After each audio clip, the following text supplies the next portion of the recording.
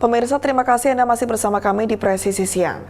Pasar petani lokal di Costa Rica telah berkembang selama lebih dari 40 tahun dan menyediakan beragam hasil pertanian dengan harga terjangkau. Pasar seperti ini menjadi jalur penghidupan ekonomi yang penting bagi ribuan keluarga petani dan sekaligus membangun rasa kebersamaan warga. Berikut liputan Helmi Yohanes dari VOA. Ini hari Sabtu seperti biasa di Pavas, sebuah kota di luar ibu kota Costa Rica, San Jose. Di sini para petani kecil dari pedalaman datang lebih awal untuk menjual buah-buahan dan sayuran. El poquito que sembramos nosotros, lo que cultivamos, lo cosechamos y lo vendimos a vender aquí a la feria. Selama lebih dari 10 tahun, Nuria Serda menghabiskan hari Sabtunya di pasar produk pertanian ini yang tidak jauh dari rumahnya. Di sini ia bisa menemukan semua yang ia butuhkan dengan harga terjangkau. Es un rato que yo paso súper feliz. Como, me compro algo, todo aquí. A mí me encanta porque creo que así no tiene uno que desplazarse a San José. Son mis amigos, los considera uno a veces su familia. Pasar petani seperti di Pavas ini dimulai pada akhir tahun 1970-an. Dan di tahun-tahun berikutnya, lebih dari 80 pasar telah didirikan di seluruh Costa Rica. Aquí tenemos 285 agricultores, de todas partes del país vienen aquí, y diferentes frutas, verduras, todo.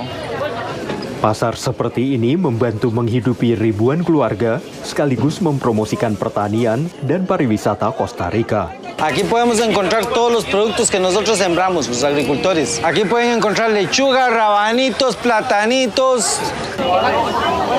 Pasar petani menyediakan pilihan kebutuhan sehari-hari dengan harga terjangkau bagi konsumen di Costa Rica, negara yang dianggap sebagai salah satu negara termahal di Amerika Latin. Me encanta porque es muy dinámico, sobre todo apoyar al comercio de los campesinos. Las cosas son deliciosas, todo muy fresquito, delicioso. Los precios son muy asequibles.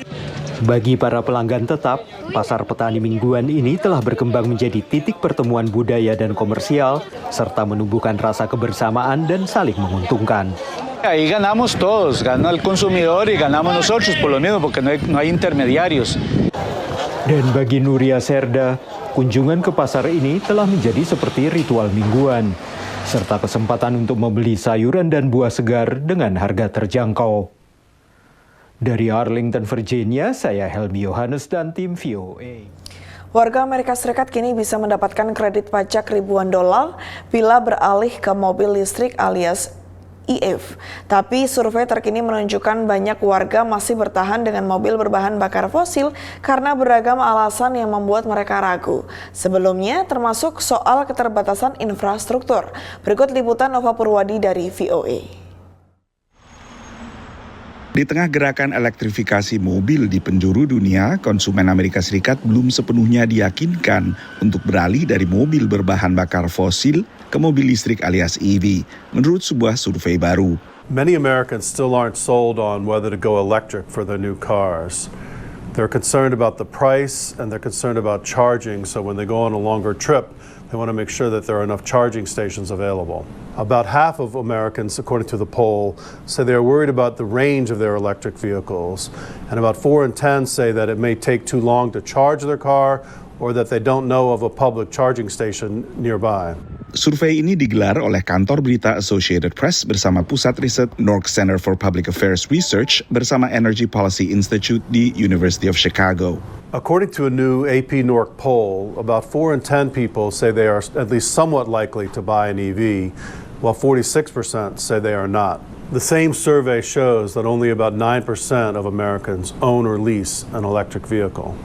Survei tahun ini tak banyak berubah dari jajak pendapat tahun sebelumnya setelah pemerintahan Joe Biden menggalakkan energi bersih dan dengan ditandatanganinya Inflation Reduction Act atau Undang-Undang Pengurangan Inflasi pada 2022 yang memberi berbagai insentif pajak bagi pembeli EV. Menurut Cox Automotive, baru pada 2023, total penjualan mobil listrik di Amerika Serikat menembus 1 juta unit. Ini merupakan angka penjualan tertinggi, meski masih mencakup hanya 7,6% dari total penjualan mobil baru di Amerika. Sebagai perbandingan, penjualan EV di Eropa telah menembus double digit. The cost concerns are decreasing with every single year because it used to be where it was 10-15,000 more for an EV compared to an internal combustion or hybrid, where that's probably more in the realm of 2,500 to 5,000 now, and just getting lower still with all the credits. Di Cincinnati, negara bagian Ohio, Caleb akhirnya melirik mobil hybrid, bukan sepenuhnya EV. Karena ia khawatir saat menggigilnya suhu udara musim dingin nanti, baterai mobil bisa mendingin sehingga bakal lebih terbatas lagi jangkauannya. So really it'd be more at that point of figuring out the charging situation at home, getting charging installed here, but then also looking towards getting green energy from home in like the form of a solar panel, because it seems counterproductive to charge an electric vehicle with coal-powered energy. Pengendara mobil di AS umumnya menilai mobil listrik memadai untuk berbagai kegiatan rutin di dalam kota, seperti belanja ke supermarket atau mengantar anak ke sekolah. Tapi untuk perjalanan luar kota, seperti yang sering dilakukan saat libur panjang, mereka kembali khawatir dengan pengecasan baterai dan jangkauan mobil. Dari Washington DC, Nova Purwadi dan tim VOA. Pemirsa, tetaplah bersama kami, Presisi Siang akan segera kembali.